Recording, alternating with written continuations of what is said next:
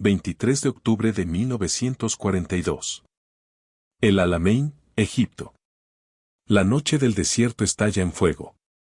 1.000 piezas de artillería británicas desatan el mayor bombardeo desde la Primera Guerra Mundial. Sus fogonazos convierten la oscuridad egipcia en un infierno estroboscópico de naranja y blanco. El general Bernard Montgomery lo ha apostado todo a este momento. El destino del norte de África. Tal vez toda la guerra pende de un hilo y, en cuestión de minutos, todo empieza a desmoronarse. A través de la arena iluminada por la luna, los comandantes de tanques británicos gritan en sus radios. Interferencias estáticas. Nada más que caos electrónico inundando sus auriculares. El asalto blindado cuidadosamente coordinado se disuelve en confusión cuando un regimiento pierde contacto con otro. Tanque pierde contacto con tanque. Solo en la 9ª Brigada Blindada, el 75% de sus tanques será destruido en las horas siguientes. Muchos porque simplemente no pueden comunicarse entre sí. Los incidentes de fuego amigo se multiplican. Las maniobras de flanqueo llegan demasiado tarde. Las solicitudes de apoyo de artillería se desvanecen en el vacío electromagnético. Las estadísticas son devastadoras. Las pérdidas de tanques británicos en el norte de África han alcanzado niveles catastróficos. Más de 3.000 vehículos blindados destruidos, dañados o abandonados en la campaña del desierto. Los informes de inteligencia indican que las unidades Panzer alemanas están logrando proporciones de bajas de 3-1, a veces 4-1 contra sus homólogos británicos. El problema no es el valor. Ni siquiera es el equipamiento. Aunque los cañones alemanes de 88 metros son formidables, el problema es que los tanques británicos luchan como individuos mientras que los tanques alemanes luchan como un solo organismo. Y la diferencia se reduce a un factor crítico, la comunicación por radio. Los comandantes Panzer alemanes pueden coordinar sus movimientos en tiempo real, ejecutando complejas maniobras de flanqueo. Mientras que las tripulaciones de tanques británicas luchan por oír algo a través de muros de estática e interferencias.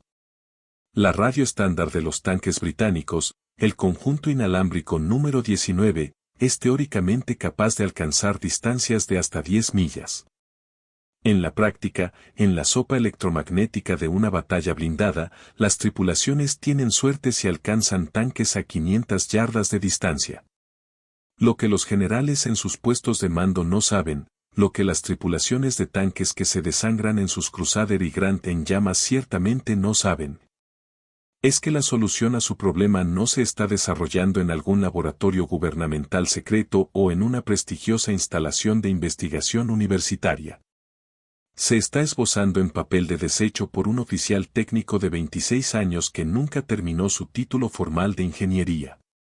Su nombre es James Ninnis Grant y su estúpida modificación de antena está a punto de cambiar la guerra blindada para siempre. Para entender por qué la solución de Grant fue tan revolucionaria, primero hay que entender por qué todos los expertos del establecimiento militar británico creían que el problema era irresoluble.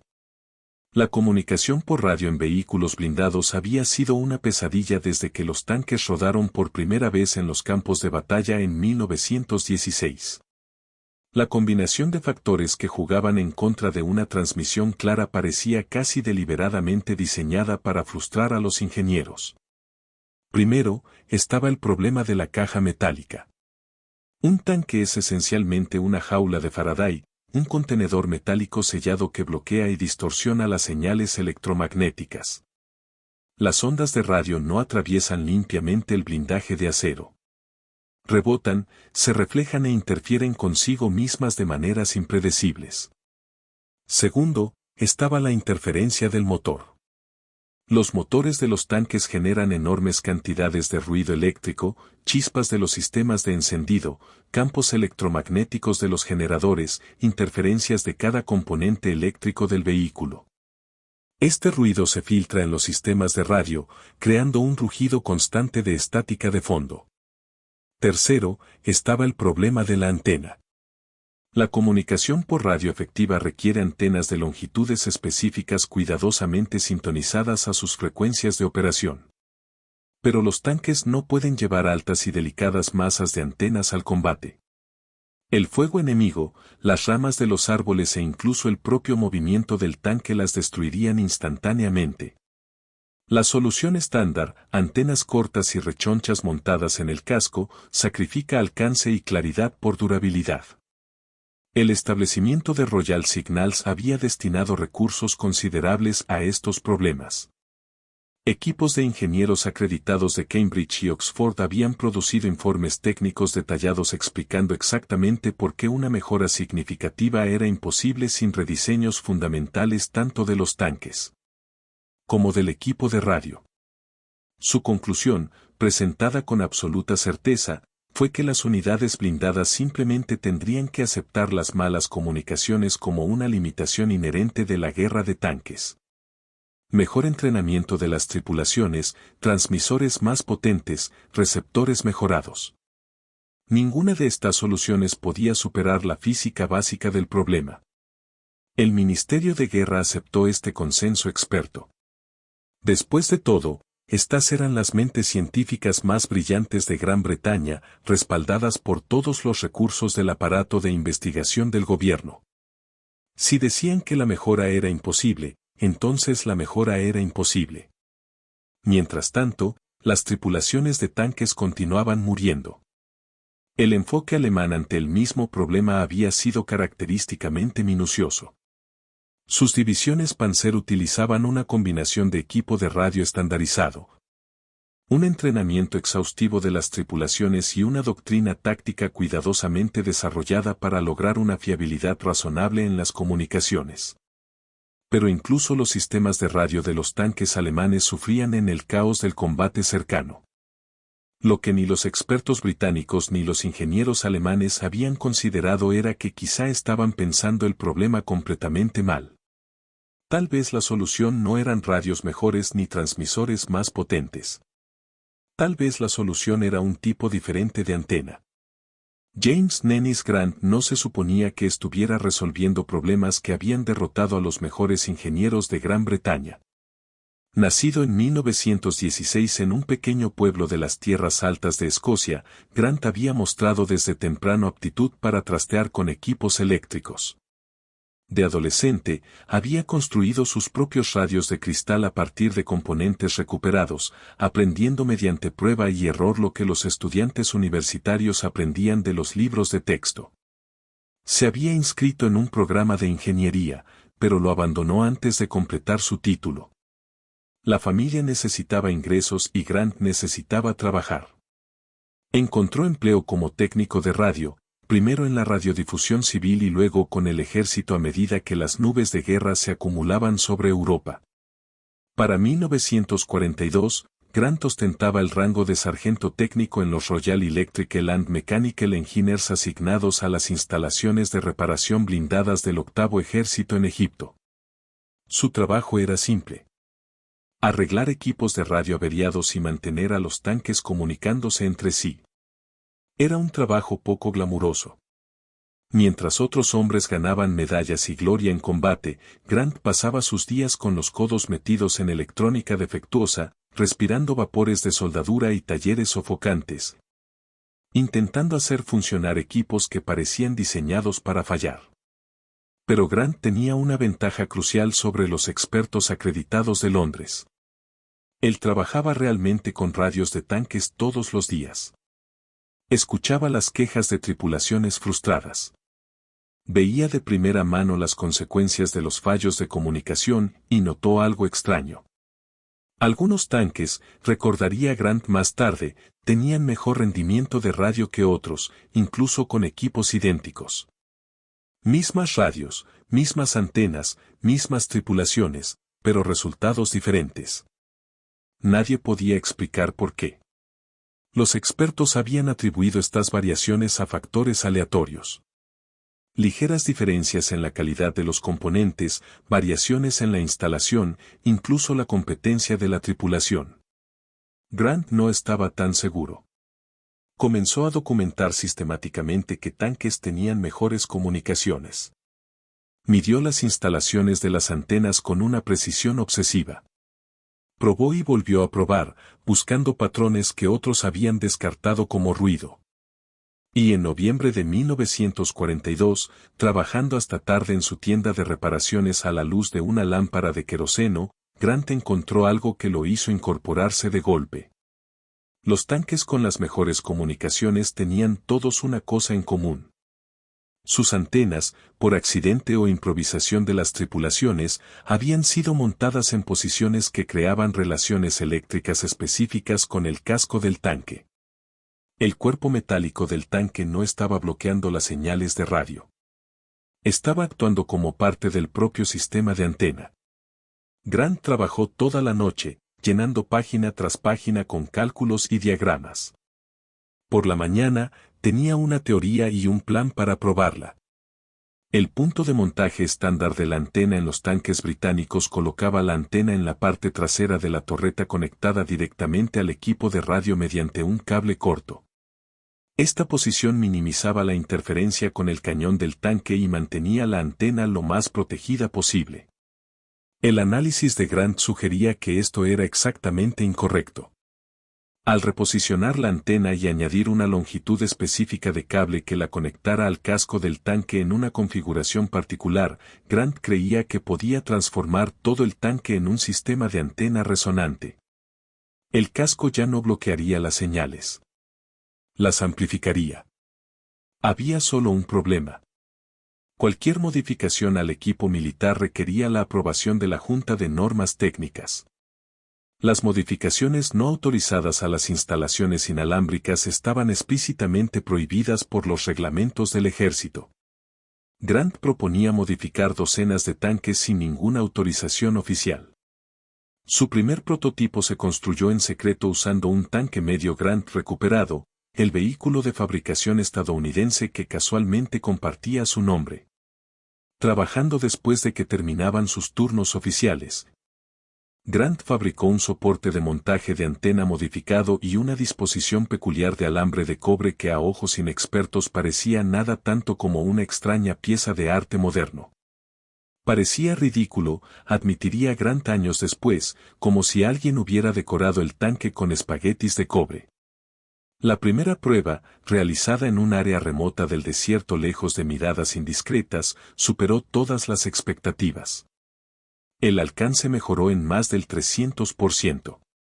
La claridad de la señal, incluso con el motor funcionando a plena potencia, fue dramáticamente mejor que cualquier cosa que Grant hubiera experimentado con instalaciones estándar. Un tanque que había tenido dificultades para comunicarse a 1 milla ahora alcanzaba claramente hasta 4. Grant sabía que había encontrado algo importante. También sabía exactamente qué pasaría cuando intentara informarlo.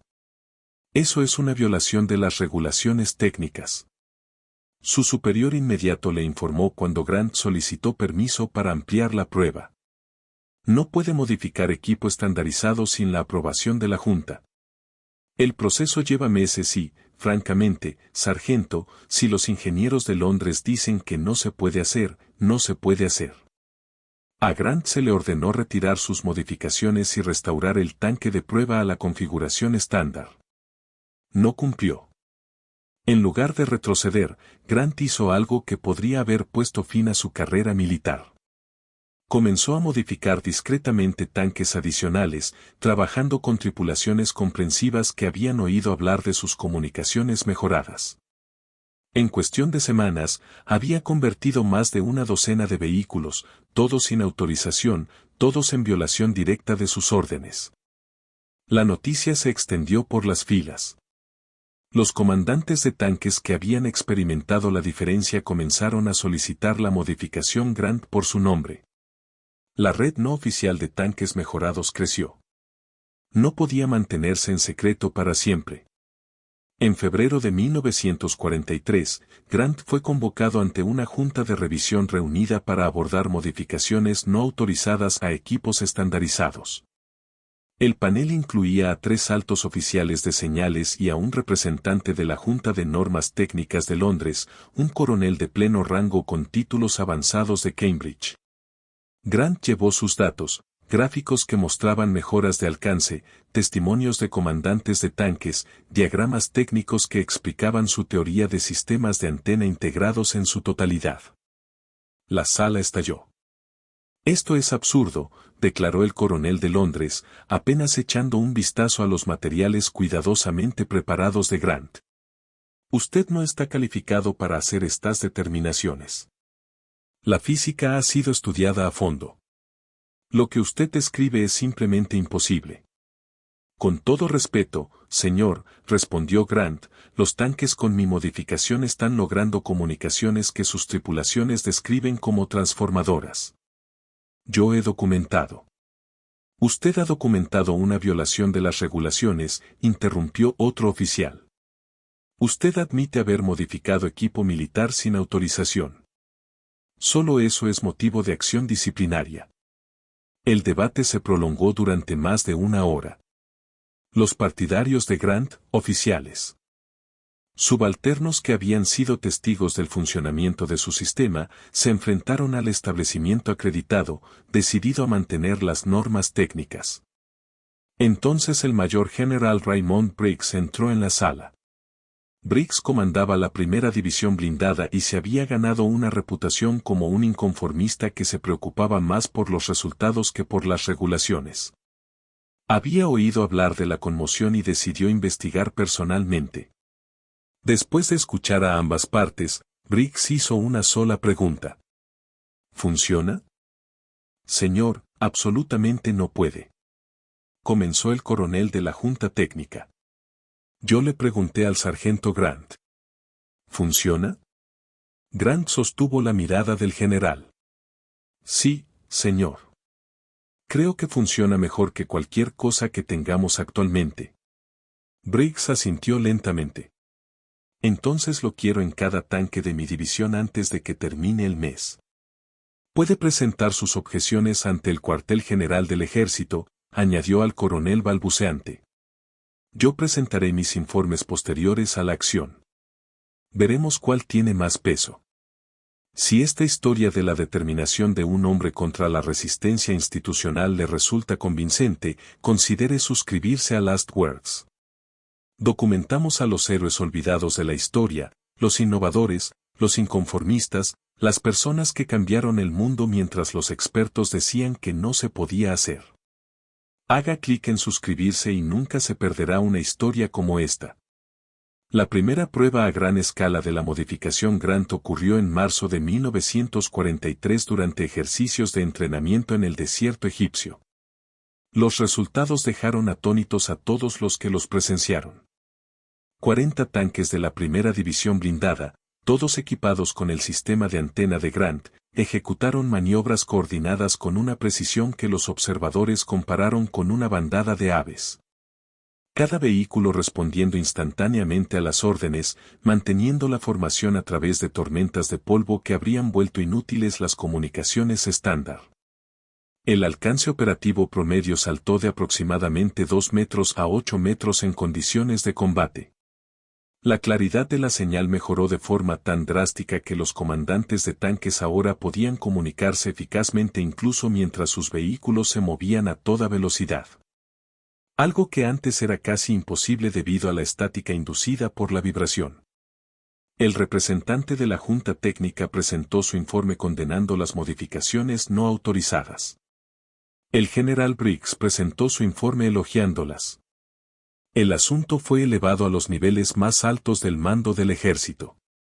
En abril de 1943, la modificación Grant fue aprobada oficialmente para su despliegue en todas las unidades blindadas británicas en el Teatro del Norte de África.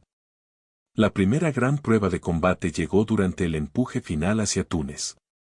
El 6 de mayo de 1943, el sargento William Peters del Cuarto Condado de Londres, John Manry, dirigió un escuadrón de Shermans modificados por Grant contra una posición defensiva alemana cerca de Túnez. Lo que ocurrió a continuación se volvió legendario en los círculos blindados británicos. Peters coordinó sus 12 tanques como una sola máquina. Mientras un grupo de 4 vehículos fijaba la atención alemana con fuego frontal, 2 grupos de 4 cada uno ejecutaron un envolvimiento doble perfecto. Una maniobra que requería una sincronización de fracciones de segundo y comunicación constante. Podía oír a cada comandante tan claramente como si estuvieran en mi torreta, recordaría Peters más tarde. Cuando el tanque de Thompson golpeó una mina, lo supe al instante. Cuando Davis detectó la oportunidad de flanqueo, todos lo supieron en segundos. Luchamos como un solo organismo. Los defensores alemanes, una compañía de Panzer III, fueron destruidos en 17 minutos. Pérdidas británicas, un tanque inutilizado, ninguna baja mortal. La proporción de bajas ese día fue de 12 a nada. Los informes alemanes del periodo reflejan una creciente confusión sobre las mejoras tácticas británicas. Un informe posterior a la acción capturado de la 15ª División Panzer señalaba que las unidades blindadas británicas han logrado avances inexplicables en la coordinación. Su capacidad para ejecutar maniobras complejas bajo fuego ha mejorado drásticamente. La inteligencia cree que esto puede reflejar nuevas estructuras de mando o entrenamiento táctico. Nunca sospecharon que la verdad era una estúpida modificación de antena inventada por un sargento sin título de ingeniería. A lo largo de mayo de 1943, las unidades modificadas por Grant superaron consistentemente sus capacidades anteriores. Las pérdidas de tanques en la primera división blindada se redujeron en un 47% en comparación con los 6 meses anteriores. La tasa de incidentes de fuego amigo cayó en más del 60%. El sargento Frederick Collins, que combatió en 3 grandes enfrentamientos con equipo modificado por Grant, proporcionó más tarde un testimonio que pasó a formar parte del registro oficial. Antes de la modificación, el combate era caos. Esperabas que tu mensaje llegara. Adivinabas dónde estaban tus flanqueadores. Rezabas para no entrar en fuego amigo. Después de que Grant arregló nuestras antenas, fue como si alguien encendiera las luces. Podía luchar en lugar de simplemente sobrevivir. El piloto alemán teniente Hans Richter, que voló misiones de reconocimiento sobre formaciones blindadas aliadas, anotó en su diario: los tanques británicos se mueven de manera diferente ahora. Responden a las amenazas como un grupo, no como individuos. Informamos posiciones y, cuando nuestros Panzers llegan, ya se han reposicionado perfectamente. Algo ha cambiado. Este es el momento en la historia de Grant en el que la persistencia de un solo hombre comenzó a salvar cientos de vidas. Si está disfrutando de este documental, tómese un momento para dar me gusta a este video y compartirlo con alguien que aprecie historias de genio militar pasado por alto. Cada me gusta y cada compartido nos ayuda a seguir contando estas historias olvidadas. La tecnología se difundió rápidamente. Para junio de 1943, Grant había sido ascendido a teniente técnico y asignado a entrenar equipos en la implementación de su modificación en todo el teatro del Mediterráneo. Para finales de año, su sistema había sido instalado en más de 2.000 tanques británicos. La invasión de Sicilia en julio de 1943 vio a las unidades modificadas por Grant lograr una coordinación que permitió a fuerzas británicas superadas en número maniobrar repetidamente a las reservas blindadas alemanas. La campaña italiana que siguió se convirtió en un campo de pruebas para tácticas que habrían sido imposibles sin una comunicación fiable de tanque a tanque. James Nennis Grant fue recomendado para la Cruz Militar en reconocimiento a su contribución. La rechazó, sugiriendo en su lugar que la condecoración se distribuyera entre las tripulaciones de tanques que habían aceptado primero probar sus modificaciones no autorizadas, arriesgando sus propias carreras para demostrar su teoría. Yo solo arreglé una antena, habría dicho Grant. Ellos fueron quienes demostraron que funcionaba bajo fuego. La modificación Grant, designada oficialmente como modificación de antena patrón número 7 en los registros del ejército, fue incorporada a la producción estándar de tanques británicos a finales de 1943. Las fuerzas blindadas estadounidenses, impresionadas por los resultados, desarrollaron su propia versión basada en los principios de Grant. Para el final de la Segunda Guerra Mundial, más de 15.000 tanques aliados incorporaban alguna versión del sistema de antena integrada completa de Grant.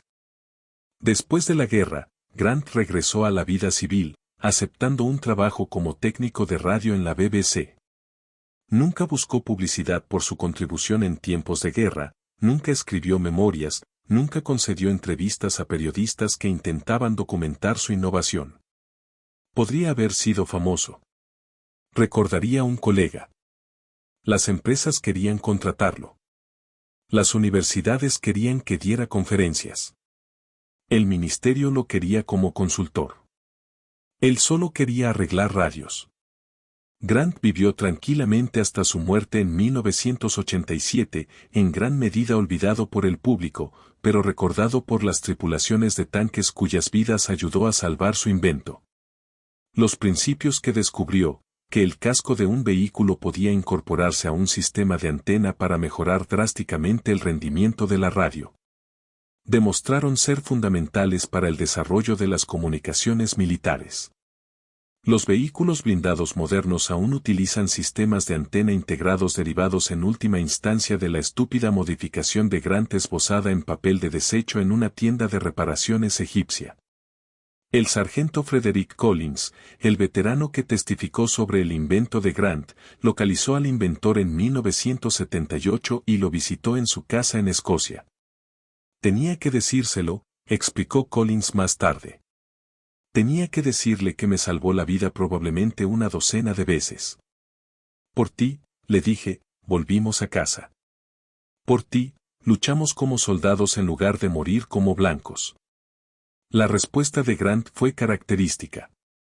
Preparó té, le mostró a Collins su colección de equipos de radio y se negó a hablar de su trabajo en tiempos de guerra más allá de reconocer que había tenido la suerte de notar algo que otros habían pasado por alto. El coronel de la Junta de Normas Técnicas, que se había opuesto tan vehementemente a la modificación de Grant, nunca reconoció públicamente su error.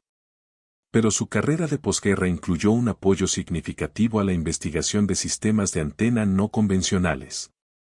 Quizá una admisión silenciosa de que el sargento sin título había visto algo que los expertos acreditados habían pasado por alto. La historia recuerda a los generales y las batallas, a los líderes políticos y las grandes estrategias. Rara vez recuerda a los sargentos técnicos que arreglaron lo irreparable y cambiaron la guerra en el proceso. Pero los soldados sí lo recuerdan. En cementerios de toda Europa y el norte de África yacen hombres que regresaron de la guerra porque sus tanques finalmente podían hablar entre sí. Sus nietos existen porque un joven manitas escocés se negó a aceptar que los expertos debían tener razón.